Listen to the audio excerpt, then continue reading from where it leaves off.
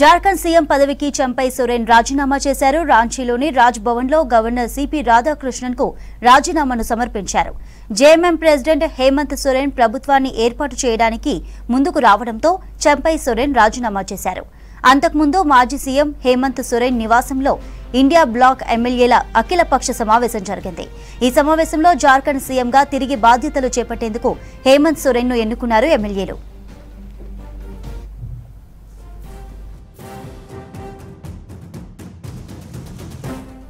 Jharkhand CM పదవికి చంపై సోరెన్ రాజీనామా చేశారు. రాంచీలోని రాజ్ భవన్ లో గవర్నర్ సిపి రాధాకృష్ణన్ కు రాజీనామాను సమర్పించారు. జేఎంఎం ప్రెసిడెంట్ హేమంత్ సోరెన్ ప్రభుత్వాన్ని ఏర్పాటు చేయడానికి ముందుకు రావడంతో చంపై సోరెన్ రాజీనామా చేశారు. అంతకుముందు మాజీ సీఎం హేమంత్ సోరెన్ నివాసంలో ఇండియా బ్లాక్ ఎమ్మెల్యేల అఖిలపక్ష సమావేశం జరిగింది. ఈ సమావేశంలో జార్ఖండ్ సీఎంగా తిరిగి బాధ్యతలు చేపట్టేందుకు హేమంత్ సోరెన్ ను ఎన్నుకున్నారు ఎమ్మెల్యేలు.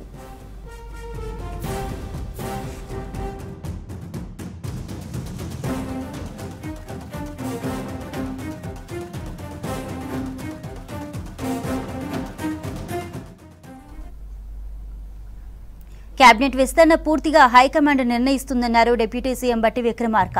పీసీసీ చీఫ్ కసరత్తు జరుగుతోందని, త్వరగా కంప్లీట్ చేయాలని అధిష్టానాన్ని కోరినట్లు చెప్పారు. విభజన చట్టంలో 7 మండలాలు ప్రస్తావన లేదన్నారు. అయితే ఏపీకి వెళ్లడానికి బీఆర్ఎస్ బీజేపీనే కారణమన్నారు. 10 ఏళ్ల పెండింగ్ సమస్యలపై ఇరు రాష్ట్రాల సీఎం చర్చిస్తారని చెప్పారు. త్వరలోనే 2 లక్షల రుణమాఫీ చేస్తామన్నారు డిప్యూటీ సీఎం బట్టి విక్రమార్క. ముఖ్యమంత్రి రేవంత్ రెడ్డి గారు చాలా స్పష్టంగా చెప్పాడు. శిష్యుడేంది, ఆయన గురువు ఏంది, నేను శిష్యుని ఏంది, సహచరుడు అని ఇప్పటికే 2 సార్లు చాలా స్పష్టంగా చెప్పాడు. కావాలని కొద్దిమంది బురద పోయటం కోసం మాట్లాడేటువంటి వాళ్ళకి ఆ చెప్పిన దాన్ని ఒకసారి వింటే సరిపోతుందని నేను అనుకుంటున్నాను. ఆయన ఆంధ్రప్రదేశ్ ముఖ్యమంత్రి, తెలంగాణ ముఖ్యమంత్రి. ఇక్కడ సహచరులే కదప్ప గురు శిష్యులు అనే పదానికి అర్థమే లేదు. హరీష్ రావు గారు లాంటి కళ్ళబొల్లి మాటలు చెప్తూ కాలం వెళ్ళబుచ్చే ప్రభుత్వం కాదు. మా రైతులకి అవసరమైనటువంటి వెసులుబాటు కల్పించేటువంటి కార్యక్రమానికి సంబంధించిన రుణమాఫీ సంబంధించిన 2 లక్షల సంబంధించిన నిర్ణయం కూడా జరుగుతుంది. రాష్ట్ర విభజన జరగక ముందు తెచ్చినటువంటి చట్టంలో 7 మండలాలు లేవు. 7 మండలాలు తెలంగాణకే ఉన్నాయి. విభజన జరిగిన తర్వాత, ఈ రాష్ట్రం ఏర్పడిన తర్వాతనే టీఆర్ఎస్ ప్రభుత్వం అధికారంలో ఉండగానే కేంద్ర ప్రభుత్వం ఆర్డినెన్స్ ఇచ్చి 7 మండలాలని ఆంధ్రాకు అప్పచెప్పింది. 7 మండలాలు పోవడానికి కారణం కేవలం టీఆర్ఎస్. ఆనాడు టీఆర్ఎస్ బీజేపీ కలిసి ఇద్దరు పార్లమెంట్లో ఒకళ్ళకొకళ్ళు మద్దతు ఇస్తూ చేసుకున్న పాపమే 7 మండలాలు పోయినాయి. 5 ఏళ్ళు ₹1,00,000 రుణమాఫీ చేస్తామని అధికారంలో నడిచి 5 ఏళ్ళు పూర్తయితే కూడా ఆ ₹1,00,000 కూడా రుణమాఫీ చేయనటువంటి టీఆర్ఎస్ నాయకత్వం, కాంగ్రెస్ ప్రభుత్వం రుణమాఫీ ఇంకా చేయట్లేదని అరిసి గీ పెడతా ఉన్నారు. మీరేం అరవాల్సిన అవసరం లేదు, గీ పెట్టాల్సిన అవసరం లేదు. కాంగ్రెస్ పార్టీ ప్రభుత్వం ప్రజలకి మేము ఇచ్చినటువంటి వాగ్దానాన్ని తూచా తప్పకుండా అమలు చేయాలనేటువంటి అంకిత భావంతో మేము ఉన్నాం.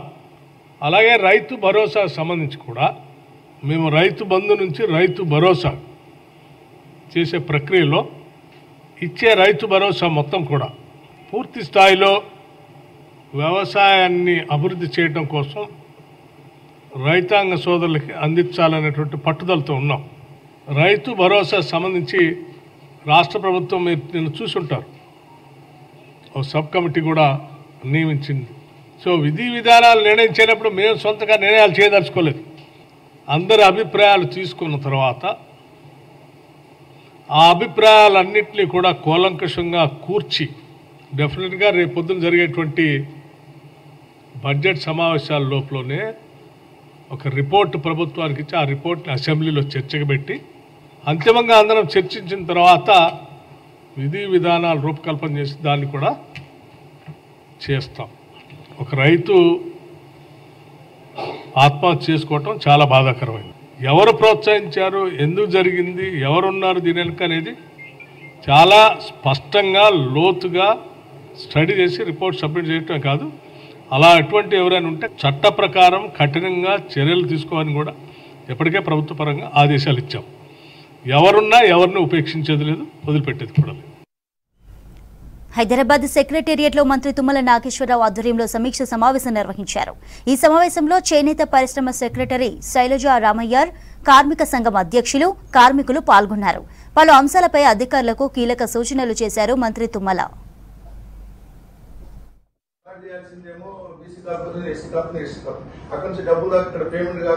దీనికి గతంలో మేమేం చేసినాం సార్, రాజశేఖర రెడ్డి గారు ఉన్నాక పేమెంట్ సిస్టమ్ ఎట్లా రావాలంటే 8 సోర్స్ క్రియేట్ చేసింది సార్. అంటే ఇప్పుడు ఏదైతే BC corporation, SC corporation order ఇస్తుందో ఆ ఆర్డర్ ఏమవుతుంది డైరెక్ట్ గా. గత ప్రభుత్వ నిర్లక్ష్యంతో పర్యాటక రంగం అభివృద్ధి చెందలేదని ఆరోపించారు మంత్రి జూపల్లి కృష్ణారావు. ప్రాచీన కట్టడాలు ఉన్నా అభివృద్ధి జరగలేదని విమర్శించారు. నాగార్జున సాగర్లో బుద్ధవనం ప్రాజెక్టు ముందుకు సాగలేదన్నారు. నల్లమలలో గత సర్కార్ ఏ సౌకర్యాలు కల్పించలేదన్నారు. పర్యాటక రంగానికి సంబంధించి డ్రాఫ్ట్ రెడీ చేశామని తెలిపారు. సోమశిలను పర్యాటక రంగంలో తీర్చిదిద్ది భువనగిరి కోటపై రోప్ వేని అభివృద్ధి చేస్తామన్నారు. పర్యాటక ప్రాంతాలను అభివృద్ధి చేసి ఆదాయం పెంచేందుకు కృషి చేస్తున్నామన్నారు జూపల్లి. గడిచిన 10 సంవత్సరాల కాలంలో గత ప్రభుత్వ హయాంలో ఈ టూరిజం డిపార్ట్మెంట్ ఉన్న సంగతే మర్చిపోయిన పద్ధతిలో ఉండింది. యాక్టివిటీ లేదు, ఒక పాలసీ కూడా లేదు. అంతకుముందు 2014 కంటే ముందున్నటువంటి సమైక్య రాష్ట్రంలో ఒక టూరిజం పాలసీ ఉండింది. రాష్ట్రం ఏర్పడ్డ తర్వాత కొత్త టూరిజం పాలసీ అనేది లేదు. టోటల్గా ప్యారలైజ్ అయినది, అంటే స్తబ్దంగా ఉండింది, ఎలాంటి యాక్టివిటీ లేని కారణంగా. అందుకే ఒక టూరిజం పాలసీని, డ్రాఫ్ట్ పాలసీని తయారు చేయడం జరిగింది. గౌరవ ముఖ్యమంత్రి గారికి సమర్పించి వారి యొక్క సలహాలు, సూచనలు తీసుకొని ఈ పాలసీని ప్రకటించే కార్యక్రమం చేయడం జరుగుతుంది.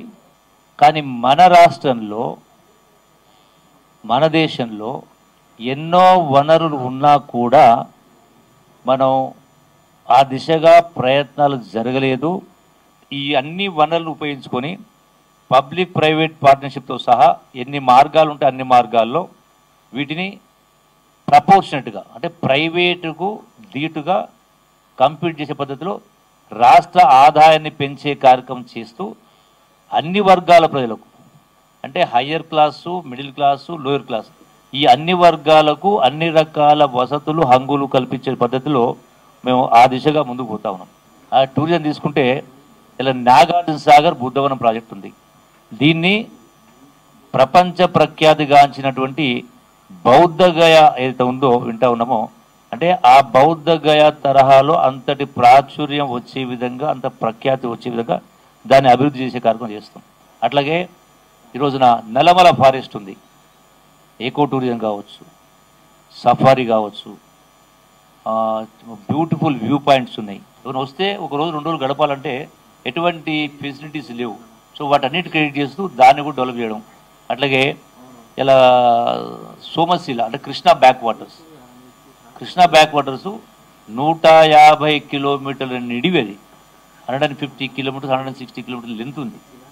చుట్టూ కూడా నల్లమల ఫారెస్టు, గుట్టలు, గట్లు, అంటే సుందరంగా ఉండేటువంటిది, ఆహ్లాదకరమైనటువంటి వాతావరణం.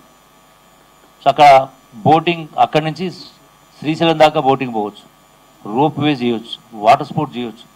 టెంపుల్ టూరిజం, టెంపుల్స్, పురాతనమైన టెంపుల్, పెద్ద పెద్ద టెంపుల్స్ ఉన్నాయి, అంటే cluster group of temples. So వాటిని కూడా అంటే రాష్ట్ర ప్రజలకు, దేశ ప్రజలకు ప్రపంచ స్థాయిలో వాటిని చూపించే కార్యక్రమం చేసేటువంటి, అక్కడే కాదు చాలా ప్లేస్లో చాలా ఉన్నాయి. వెడ్డింగ్ డెస్టినేషన్ అనేది ఇలా హైఫ్లో అయింది.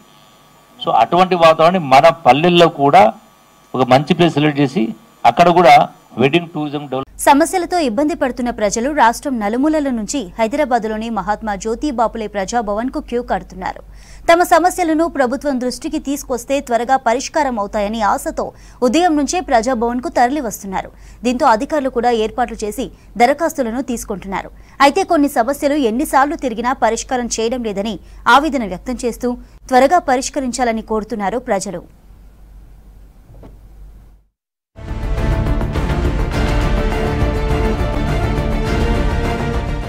మహాత్మా జ్యోతిబా పూలే ప్రజాభవన్లో నిర్వహించిన ప్రజావాణి కార్యక్రమంలో రాష్ట్ర ప్రణాళికా సంఘం ఉపాధ్యక్షుడు చెన్నారెడ్డి దరఖాస్తులను స్వీకరించారు. వివిధ సమస్యలతో వచ్చిన ప్రజలు అధికారులను కలిసి వినతి పత్రాలు అందజేశారు. మొత్తం 601 దరఖాస్తులను తీసుకున్నారు అధికారులు.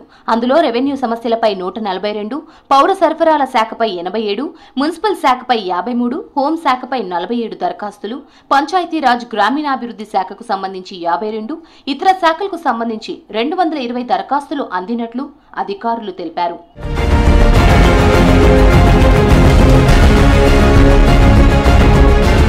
మరోవైపు ప్రజాభవన్ పరిసరాల్లో ఆర్టీసీ కార్మికులు నిరసనకు దిగారు.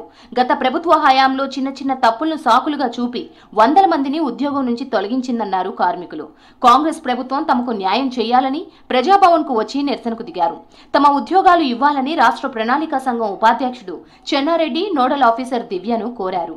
రాష్ట్రంలో మున్సిపల్ కార్మికులు ఎదుర్కొంటున్న సమస్యల మీద ప్రజావాణిలో ఇవాళ రిప్రజెంటేషన్ ఇవ్వడం జరిగింది. ప్రధానంగా ఏంటంటే గత ప్రభుత్వం సమాన పనికి సమాన వేతనం ఇస్తామని చెప్పి మోసం చేసింది. కనీసం ఇప్పుడు వచ్చినటువంటి రేవంత్ రెడ్డి గారి ప్రభుత్వంలోనైనా మా కార్మికులకు న్యాయం చేయాలి, ఈక్వల్ పే కనీస వేతనం 26,000 రూపాయలు ఇవ్వాలని, అదేవిధంగా పిఎఫ్ సిపిఎస్ చాలా సర్కుల్లో జిహెచ్ఎంసీలో కట్ చేస్తూ ఉన్నారు. అది సక్రమంగా ఎల్ఐసి కూడా అది సక్రమంగా వాళ్ళ అకౌంట్లకు జమ చేస్తూ లేరు. అందుకని అనేక సార్లు అధికారులు రిప్రజెంట్ చేసినాం, అయినా అధికారులు స్పందించలేదు. కాబట్టి ఈరోజు మనం ప్రజావాణిలో తక్షణమే కంట్రిబ్యూషన్ కట్ అయినటువంటి సిపిఎస్ కానీ జీపీఎఫ్ కానీ తక్షణమే వాళ్ళ అకౌంట్లో జమ చేసి ఆ కార్మికులు చనిపోయిన కార్మికులు రిటైర్మెంట్ అయిన కార్మికులకు బెనిఫిట్ రావడానికి ప్రయత్నం చేయాలని, అదేవిధంగా తక్షణమే కార్మికులందరినీ కూడా రెగ్యులరైజ్ చేయాలని మేము ఏఐటీసీగా డిమాండ్ చేస్తా ఉన్నాం. ఈ అన్ని సమస్యల మీద గతంలో కేసీఆరే మమ్మల్ని మోసం చేసిండు, జీతాలు తక్కువ చేసిందంటే ఇప్పటిదాకా 6 నెలలైనా కాంగ్రెస్ ప్రభుత్వం మేము కోరి మున్సిపల్ కార్మికులందరినీ అందరు కలిసి కాంగ్రెస్ను గెలిపించుకున్నాం. మాకు జీతాలు పెంచుతారు, పర్మనెంట్ చేస్తారని ఆశతో 6 నెలల వరకు చూసినాము. ఈరోజు మెమోరండం ఇచ్చిన అన్ని సమస్యల మీద పర్మనెంట్ చేయాలా, 2వ పిఆర్సీ వెంటనే అమలు చేయాలా. ప్రజల దగ్గర నుంచి విజ్ఞప్తులు తీసుకునేందుకు ప్రజాభవన్లో 18 కౌంటర్లు ఏర్పాటు చేశారు అధికారులు. సమస్యతో వచ్చిన వారితో మాట్లాడి పరిష్కరిస్తామని హామీ ఇస్తున్నారు అధికారులు. జనం నుంచి వచ్చిన విజ్ఞప్తుల్లో భూ కబ్జాలు, డబుల్ బెడ్రూమ్ ఇళ్లు రాక ఇబ్బంది పడుతున్న వారు, గత ప్రభుత్వ హయాంలో అన్యాయానికి గురైన వారు, కార్మికులు ఇలా అనేక మంది వందల సంఖ్యలో ప్రజావానికి వస్తున్నారు. అయితే అనేక సార్లు వచ్చినప్పటికీ సమస్యలు పరిష్కారం కాకపోవడంతో ఆవేదన వ్యక్తం చేస్తున్నారు. తమ సమస్యలను త్వరగా పరిష్కరించాలని ప్రభుత్వాన్ని కోరుతున్నారు జనం. మా గ్రామం మొత్తము రిజర్వాయర్లో మునిగిపోతుంది. అప్పుడు ఉన్న ఎమ్మెల్యే గారు సీఎం గారు కూడా మా ఊరు మునిగిపోతుంది అంటే మీకు అభిస్తామని నచ్చజెప్పి ఇంతవరకు మమ్మల్ని పట్టించుకుంటారు. ఇప్పుడు మా ప్రభుత్వం కాంగ్రెస్ ప్రభుత్వం వచ్చింది. ఇప్పుడు మా సార్ దగ్గర కూడా ఇల్లు కలిసినాము. ఏదున్నా మమ్మల్ని ఆదుకుంటామని మాట ఇచ్చి చెప్పిరు. మాకు పునరావాసం కల్పించరు. అక్కడ ఇల్లు కట్టుకుంటున్నాం. అక్కడ రోడ్లు ఒకటి మాకు రోడ్డు కల్పించాలి, వాటర్ సహకారం, కరెంటు సహకారం కల్పించాలని మా సార్ గారికి కూడా ఇప్పుడు మెమోరాండం ఇవ్వడం జరిగింది. ఇప్పుడు మేము ప్రగతి భవన్ కూడా వచ్చినాం. సీఎం సార్ కూడా ఒకటి ఇచ్చిపోదామని. ఇంతవరకు మా ఊరు మునిగిపోతున్న సీఎం సార్ అన్న దృష్టి పెట్టి మా మునిగిపోయే ఊరికి వచ్చి జర మమ్మల్ని ఆదుకోవాలని మా ఊరు తరఫున మేము వచ్చినాము. కరువైన ప్రాజెక్ట్ కింద భూమి పోయింది. 2016 7వ నెల 12వ తారీఖున గవర్నమెంట్ అన్బార్ చేసుకున్నారు. నేను చాలా అడిగినా కానీ వాళ్ళ గవర్నమెంట్ ఏం చెప్పిందంటే 5,50,000 రూపాయలు ఒక ఎకరాకి ఇస్తాము, ఆ తర్వాత ఇల్లు లేకపోతే ఇల్లు కట్టిస్తాము, ఇంకెవరైనా చదువుకున్న ఉంటే ఉద్యోగం ఇస్తాము, బాయికి కానీ ఇంజనీర్ కానీ అలా కట్టిస్తామన్నారు. అదే నేను మోసపోయి సరే మంచిదని చెప్పి నా తోటి బూత్పూర్ ఎంఆర్ఆ నాకేం చెప్పిందంటే passbook, Aadhaar card, phone number ఇచ్చిపో అన్నాడు. సరే మంచిదని చెప్పి నేను ఇచ్చిన. ఆల్రెడీ ఇచ్చి 2014 7వ నెల 12వ తారీఖు నాడు 77ల 1 ఎకరం 30 గుంటలు, 73ల 2 ఎకరాల 32 గుంటలు, మొత్తం కలిసి 4 ఎకరాల 22 గుంటలు. వాళ్ళు చెప్పిన ప్రకారం కూడా ఇప్పటి వరకు నాకు ఎంఆర్ఆకు లంచము 2 లక్షల రూపాయలు లంచం అడిగితే నేను ఇయ్యని దానికి ఇప్పటి వరకు నాకు ఎక్కడ కూడా ఏం దారి దొరకకుండా చేస్తున్నది. రాష్ట్రం నలుమూలల నుంచి తమ సమస్యలు ప్రభుత్వానికి చెప్పుకోవడానికి ప్రజాభవన్ కి వస్తున్నారు జనం. దీంతో ప్రజావాణి ప్రాంగణంలో 5 రూపాయల అన్నపూర్ణ క్యాంటీన్ ను ఏర్పాటు చేశారు అధికారులు. విజ్ఞప్తులు సమర్పించిన తరువాత తిరిగి వెళ్లే ముందు భోజనం చేసి వెళ్లేందుకు ఈ వెసులుబాటును కల్పించారు అధికారులు.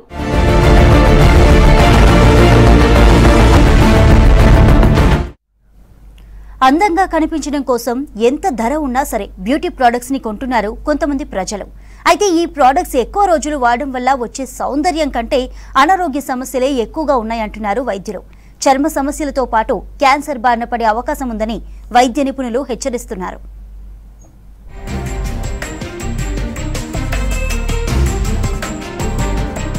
మహిళలు అందంగా కనిపించేందుకు బ్యూటీ కాస్మెటిక్ ఉత్పత్తులను ఎక్కువగా ఉపయోగిస్తుంటారు. కాస్మెటిక్ బ్యూటీ కేర్ ఉత్పత్తుల తయారీలో ప్రమాదకరమైన రసాయనాలు ఉపయోగిస్తున్నారని నివేదికలు చెబుతున్నాయి. వీటిని ఎక్కువ కాలం ఉపయోగిస్తే హార్మోన్ల వ్యవస్థకు ఆటంకాలు ఏర్పడడంతో పాటు స్కిన్ ఇన్ఫెక్షన్ల వంటి సమస్యలు కూడా వస్తాయంటున్నారు వైద్యులు. ఈ బ్యూటీ ప్రొడక్ట్స్ వాడడం వల్ల ఏమైనా క్యాన్సర్స్ వచ్చే రిస్క్ ఉందా, ఎస్పెషల్లీ స్కిన్ క్యాన్సర్స్? సో ఇప్పుడు ఈ కాస్మెటిక్స్ ఏవైతే మనం వాడుతూ ఉంటామో అది హెయిర్ కేర్ కావచ్చు, స్కిన్ కేర్ కావచ్చు, లేదా మేకప్ ప్రొడక్ట్స్ కావచ్చు. సో ఇవి మనము కంటిన్యూస్గా స్కిన్ పైన అప్లై చేస్తూ ఉంటాం కాబట్టి స్కిన్ లాంగ్ టర్మ్లో ఈ ప్రొడక్ట్స్ ఆర్ కెమికల్స్కి ఎక్స్పోజ్ అవ్వడం వల్ల అది స్కిన్ అబ్జార్బ్ చేసుకుని సమ్టైమ్స్ అవి మనకి బ్లడ్లో కూడా రీచ్ అయ్యి కొన్ని క్యాన్సర్స్ వచ్చే అవకాశాలు ఉంటాయి. కెమికల్స్ ఏదైతే మనం ఈ ప్రొడక్ట్స్లో వాడుతూ ఉంటామో అవి ఎప్పుడు కూడా సేఫ్ లిమిట్స్లో ఉండాలి. వాటిలో వాడే కెమికల్స్ సబ్స్టెన్సెస్ అవన్నీ సేఫ్గా ఉండాలి. అట్లానే ఒక అలవబుల్ కాన్సన్ట్రేషన్స్లో ఉండాలి. ఆ రెస్పాన్సిబిలిటీ తయారు చేసే మ్యానుఫ్యాక్చరర్స్ది. ఇప్పుడు international agency for research and cancer కొన్ని క్యాన్సర్ కాజింగ్ సబ్స్టెన్సెస్ ఆర్ కెమికల్స్ని ఐడెంటిఫై చేసింది. దాదాపు 113 కెమికల్స్ ఈ క్యాన్సర్స్ని కాజ్ చేస్తున్నాయని చెప్పింది. అందులో అట్లీస్ట్ ఒక 11 కెమికల్స్ ఈ పర్సనల్ కేర్ ప్రొడక్ట్స్ ఆర్ కాస్మెటిక్స్లో వాడుతున్నారు అని తేల్చి చెప్పింది. లిప్స్టిక్ ఉపయోగించడంతో కూడా ఆరోగ్య సమస్యలు వస్తాయని చెబుతున్నారు డాక్టర్లు. నివేదికల ప్రకారం లిప్స్టిక్లలో కార్సినోజెనిక్ అనే రసాయనం క్యాన్సర్ ప్రమాదాన్ని పెంచుతుందంటున్నారు. క్రోమియం, లెడ్, అల్యూమినియం, కాడ్మియం అనేక ఇతర టాక్సిన్స్ లిప్స్టిక్స్ లలో కనిపిస్తున్నాయి. ఇవి నోటి ద్వారా కడుపులోకి వెళ్లి రక్తంలో కలవడంతో చర్మ క్యాన్సర్ వస్తుందని హెచ్చరిస్తున్నారు వైద్యులు.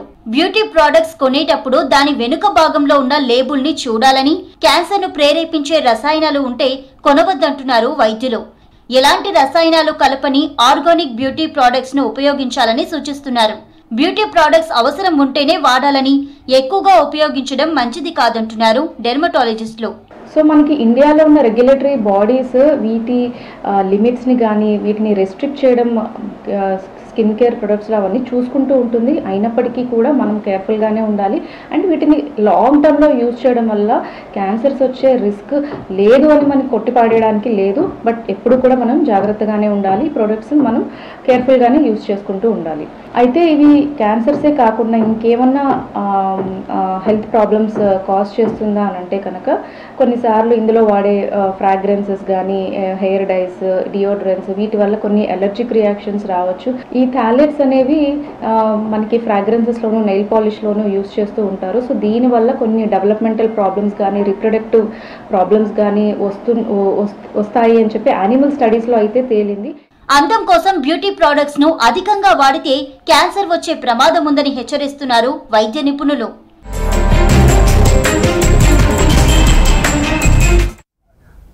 తెలంగాణ వస్తే మన సింగరేణి బొగ్గు గనులు మనకే ఉంటాయని భావించామని, కానీ బొగ్గు గనుల వేలంతో సింగరేణి కార్మికుల భవిష్యత్తు ప్రమాదంలో పడ్డదని లెఫ్ట్ పార్టీల నేతలు ఆందోళన వ్యక్తం చేస్తున్నారు. కేంద్రం విధానాలు, గత పాలకుల కారణంగా పరిస్థితులు మారిపోయాయని ఆవేదన వ్యక్తం చేశారు. సింగరేణి ప్రైవేటీకరణతో లక్షలాది మందికి జీవనోపాధి పోతుందన్నారు. సింగరేణిని కాపాడుకోవడం కోసం ఈ నెల 5 నుంచి పోరుబాటకు పిలుపునిచ్చారు సిపిఐ నేతలు.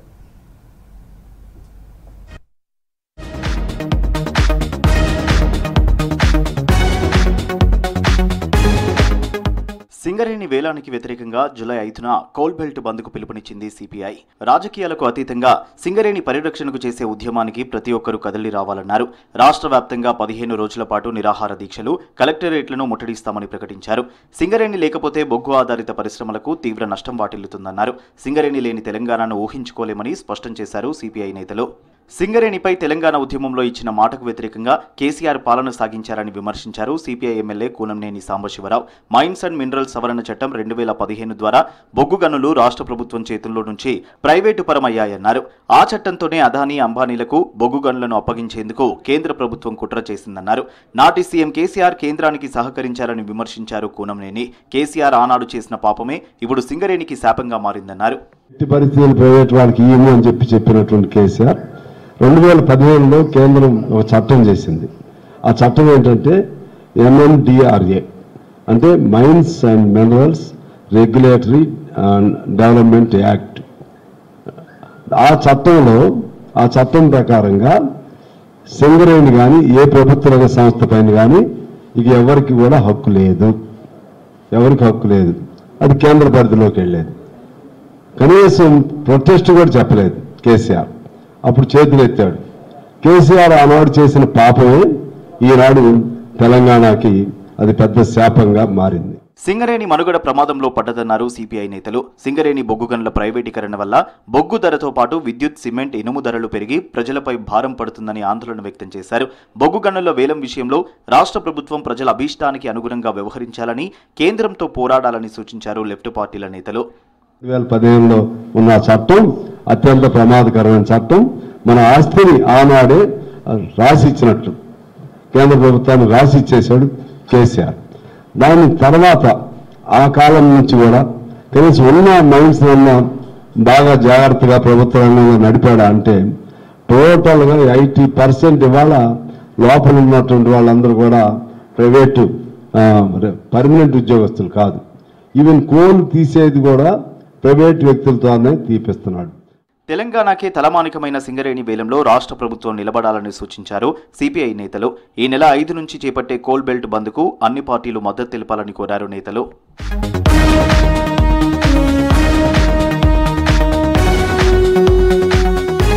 సిటీలో అన్ని కాలేజీలపై ఫోకస్ చేశామని, డ్రగ్స్ తీసుకున్న వారిపై కఠిన చర్యలుంటాయని హెచ్చరించారు యాంటీ నార్కోటిక్ బ్యూరో అధికారులు. అధునాతన పరికరాలతో 2 నిమిషాల్లో డ్రగ్స్ తీసుకున్నారో లేదో నిర్ధారణ అవుతుందన్నారు. స్టూడెంట్స్ కి డ్రగ్స్ అమ్ముతున్న 3 డ్రగ్ ప్లెడ్లని అదుపులోకి తీసుకున్నారు పోలీసులు. డ్రగ్స్ తీసుకున్న 8 మంది స్టూడెంట్స్ ని అరెస్టు చేశారు. కాలేజీ మేనేజ్మెంట్ విద్యార్థులపై ఫోకస్ చేయాలన్నారు. డ్రగ్స్ నిర్మూలనకు కాలేజీలు చర్యలు తీసుకోకపోతే నోటీసులు ఇస్తామని హెచ్చరించారు.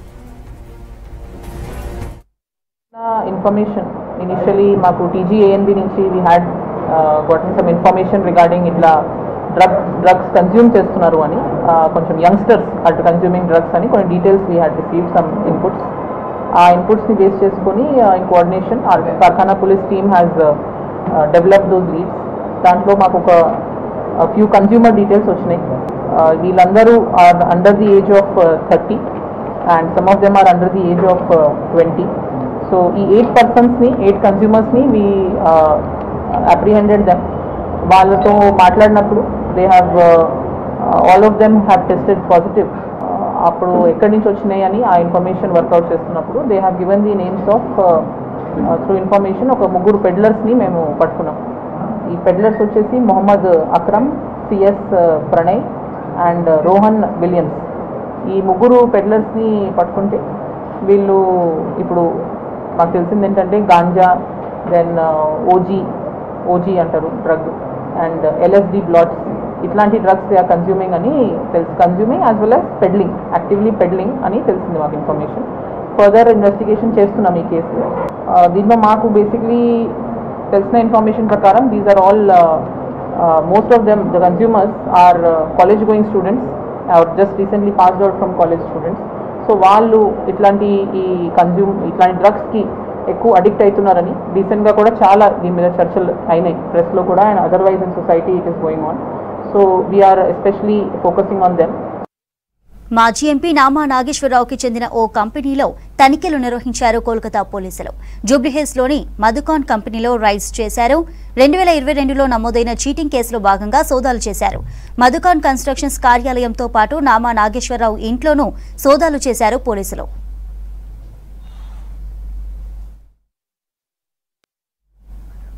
హైదరాబాద్ నగరంలో ఇల్లీగల్ ఎఫైర్స్ తో వరుస హత్యలు జరుగుతున్నాయి. ఉప్పల్, నార్సింగ్లలో ఈ తరహా మర్డర్స్ జరగడంతో పోలీసులు అప్రమత్తమయ్యారు.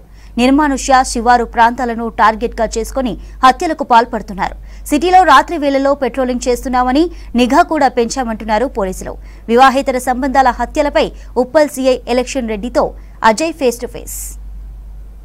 హైదరాబాద్ నగరంలో ఇల్లీగల్ అఫైర్స్ కారణంగా హత్యలు అనే వరుసగా జరుగుతున్న పరిస్థితి. ఇటు ఉప్పల్ పోలీస్ స్టేషన్ పరిధితో పాటు నార్సింగి లిమిట్స్లో కూడా ఇల్లీగల్ అఫైర్స్ కారణంగానే హత్యలు జరిగిన సిచ్యువేషన్. అయితే ఉప్పల్ పోలీస్ స్టేషన్ పరిధిలో జరిగిన మహిళా హత్యకు సంబంధించి అంటే చంద్రమౌళి మంజుల అనే లేడీని హత్య చేశాడు, కానీ దాన్ని యాక్సిడెంట్గా చిత్రీకరించే ప్రయత్నం చేశాడు అనేది ప్రైమరీగా పోలీసుల ఇన్వెస్టిగేషన్లో తెలియంది. అసలు ఈ ఇల్లీగల్ అఫైర్స్ సంబంధించిన హత్యకు సంబంధించి మాట్లాడేందుకు ఉప్పల్ ఇన్స్పెక్టర్ ఎలక్షన్ రెడ్డి ఉన్నారు. సార్ చెప్పండి, అసలు ఈ చంద్రమౌళికి మంజులకి ఎప్పటి నుండి పరిచయము, ఆ రిలేషన్ ఎట్లా ఏర్పడింది, హత్య చేసిన తర్వాత ఏ విధంగా దాన్ని యాక్సిడెంట్గా చిత్రీకరించే ప్రయత్నం చేశాడు? మంజులకు మ్యారేజ్ అయ్యి 2 పిల్లలు ఉన్నారు.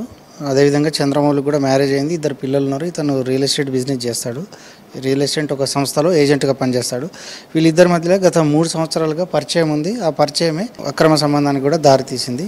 దానిలో వాళ్ళ గొడవల వల్లనే ఇతను చంపడానికి ప్రయత్నం చేసిండని మనం అంటే ఇల్లీగల్ అఫైర్ ఉన్నది, కానీ ఉన్న పాటున ఎందుకు ఆమెను హత్య చేయాలి అనే ఒక ఆలోచన వచ్చింది. అంటే ఇల్లీగల్ అఫైర్తో పాటు ఇటు ఫినాన్షియల్ సంబంధించిన ట్రాన్సాక్షన్స్ మధ్యలో కూడా వీళ్ళకి విభేదాలు వచ్చాయా? కొద్దిగా 18 లక్షలు ఆ అమ్మాయి తీసుకొని రియల్ ఎస్టేట్ సంస్థలో ఇన్వెస్ట్మెంట్ చేసినని చెప్పింది. కానీ ఇతను ఎంక్వైరీ చేసుకుంటే అక్కడ ఎలాంటి ఇన్వెస్ట్మెంట్ చేయలేదని ప్రాథమికంగా నిర్ధారించుకున్నాడు. ఈ రీసెంట్గా వేరే వాళ్ళతోటి కూడా చనువుగా ఉంటుందని ఆ అనుమానంతో ఆమె అంతమొందించడానికి ఇంకొక నేరస్తుడైన లక్ష్మణ్ హెల్ప్ తీసుకొని చేసినట్టుగా మనకు ప్రాథమిక దర్యాప్తులో నిర్ధారణ అయింది. ఇప్పుడు ఉప్పల్ బగాయత్ ఏదైతే ఉందో అక్కడే ఈ హత్య చేశాడా, లేకపోతే ఇంకో ప్లేస్లో హత్య చేయడము, అక్కడికి తీసుకొచ్చి దాన్ని యాక్సిడెంట్గా చిత్రీకరించడం, అంటే 2 ప్లేసెస్లో ఈ క్రైమ్ అఫెన్స్కి పాల్పడ్డా, లేకపోతే మొత్తం బగాయత్లోనే జరిగిందా? 30వ తారీఖు నాడు ఉదయం ఆమె ఇంటికి మన వివేక్ నగర్కి వెళ్ళి ఆ మంజులను పికప్ చేసుకొని రామంతాపూర్ సాయికృష్ణ నగర్లో ఉన్న తన గ్యారేజ్ ఆటో గ్యారేజ్ దగ్గర తీసుకెళ్ళి అక్కడ హత్యం చేయడం జరిగింది. సాయంత్రం వరకు వీళ్ళిద్దరు కలిసి మందు కూడా తాగారు. సాయంత్రం హత్య చేసిన తర్వాత ఇతను కో అక్యూజ్డ్ లక్ష్మణ్ని తీసుకొని కారులో తీసుకొచ్చి ఉప్పల్ బగాయత్లో రాత్రి 10:30 ప్రాంతంలో ఒక నిర్మానుష్య ప్రదేశానికి తీసుకెళ్ళి అక్కడ దాన్ని ఒక యాక్సిడెంట్గా చిత్రీకరించి కారుతోటి ఒక 3 సార్లు ముందుకు వెనక్కి తీసుకెళ్ళి ఆ డెడ్ బాడీని హిట్ చేయడం జరిగింది. అందరు కూడా నమ్ముతారు అనుకున్నాడు. కాకపోతే మన ఎంక్వైరీలో మాత్రం హత్య చేసినట్టుగా నిర్ధారణ అయింది. ఈ మధ్యకాలంలో మనం చూస్తున్నాం ఈ విధంగా ఇల్లీగల్ అఫైర్స్ కారణంగా హత్యలు జరుగుతున్న పరిస్థితి హైదరాబాద్ నగర వ్యాప్తంగా కూడా ఈ పరంపర కొనసాగుతుంది. ఇలాంటి యాక్టివిటీస్కి ఎవరైతే పాల్పడతారో వాళ్ళకి పోలీసుల నుండి మీరు ఏం హెచ్చరిస్తారు? ఇప్పుడు నిజం ఎప్పటికైనా దాగదు. ఈ అక్రమ సంబంధం అనేది అది మన సమాజం హర్షించదగింది కాదు. కాబట్టి దానికి దూరంగా ఉంటే అందరూ సంతోషంగా ఉంటారు. అది ఏదో రోజు విషాదమైన ముగింపు దారితీస్తుందని మా యొక్క. ఫైనల్గా చెప్పండి, ముఖ్యంగా ఇలాంటి హత్యలు దాని తర్వాత ఇలాంటి క్రైమ్స్ సంబంధించి ఉప్పల్ బగాయత్ కొంతవరకు ఈ మధ్య కాలంలో ఆరోపణలో నిలిచింది. ఉప్పల్ బగాయత్ లాంటి ప్లేస్లో మీరు నైట్ టైం కావచ్చు, డే టైం కావచ్చు, నిఘా ఏ విధంగా పెంచారు అక్కడ? ఇమీడియట్లీ మేము ఇంటెన్సిఫై చేసినాం పెట్రోలింగ్. 3 బీసీలు సర్వ్ చేస్తున్నాం రాత్రిపూట. షాప్స్ అన్నీ కూడా ఈ ఉప్పల్ బగాయత్ ఏరియాలో ఉన్న షాప్స్ ఈ పెట్టి వెండర్స్ అందరినీ కూడా 10 గంటలకి క్లోజ్ చేసి అక్కడ కొంచెం ఈ అసాంఘిక శక్తులు ఎవరు కూడా మూవ్మెంట్ లేకుండా కట్టుదిట్టమైన చర్యలు తీసుకుంటున్నాము. అక్కడ సెక్టర్ ఎస్ఐని కూడా కొత్త ఎస్ఐని నియమించడం, కొంచెం జాగ్రత్తలు తీసుకుంటున్నాము. ఇది మొత్తానికి ఉప్పల్ బగాయత్ వద్ద జరిగిన ఇటు చంద్రమౌళి మంజుల వీళ్ళిద్దరి మధ్య అక్రమ సంబంధం ఏదైతే ఉందో అదే హత్యకు దారితీసింది అనేది పోలీసులు ప్రైమరీగా ఎస్టాబ్లిష్ చేశారు. సో ప్రస్తుతానికి కేసు సంబంధించి 2 నిందితులు, అంటే కేవలం చంద్రమౌళి కాదు అతనికి సపోర్ట్ చేసిన మరొక నిందితుడిని కూడా ప్రస్తుతం పోలీసులు అదుపులోకి తీసుకున్నారు. దీనికి సంబంధించి అంటే ఈ కేసుకు సంబంధించి మాత్రం కేవలం మంజుల ఎవరైతే మహిళ ఉన్నారో ఆమె ఇంకో వ్యక్తితో చనువుగా ఉంటుంది అనే అనుమానంతో పాటు ఇటు ఫినాన్షియల్ ట్రాన్సాక్షన్ సంబంధించి కొన్ని విభేదాలు కూడా రావడంతో చంద్రమౌళి ఈ హత్య చేసి యాక్సిడెంట్గా చిత్రీకరించే ప్రయత్నం చేశాడు అనేది పోలీసుల దర్యాప్తులో తెలిసింది. మియాపూర్లో ఓ యువతిపై గ్యాంగ్ రేప్ జరిగింది. వెంచర్ చూపిస్తామని యువతిని కారులో తీసుకెళ్లారు 2 వ్యక్తులు, జనార్దన్ రెడ్డి, సంగారెడ్డి. వెంచర్ చూపించి తిరిగి వస్తుండగా కూల్ డ్రింక్లో మత్తుమందు కలిపి ఇచ్చారు. తర్వాత మియాపూర్లో కారులోనే యువతిపై అత్యాచారం చేశారు. బాధితురాలు పోలీసులకు ఫిర్యాదు చేసింది. కేసు నమోదు చేసుకున్న పోలీసులు 2ని అరెస్టు చేశారు. యువతికి మెడికల్ టెస్టులు చేశారు.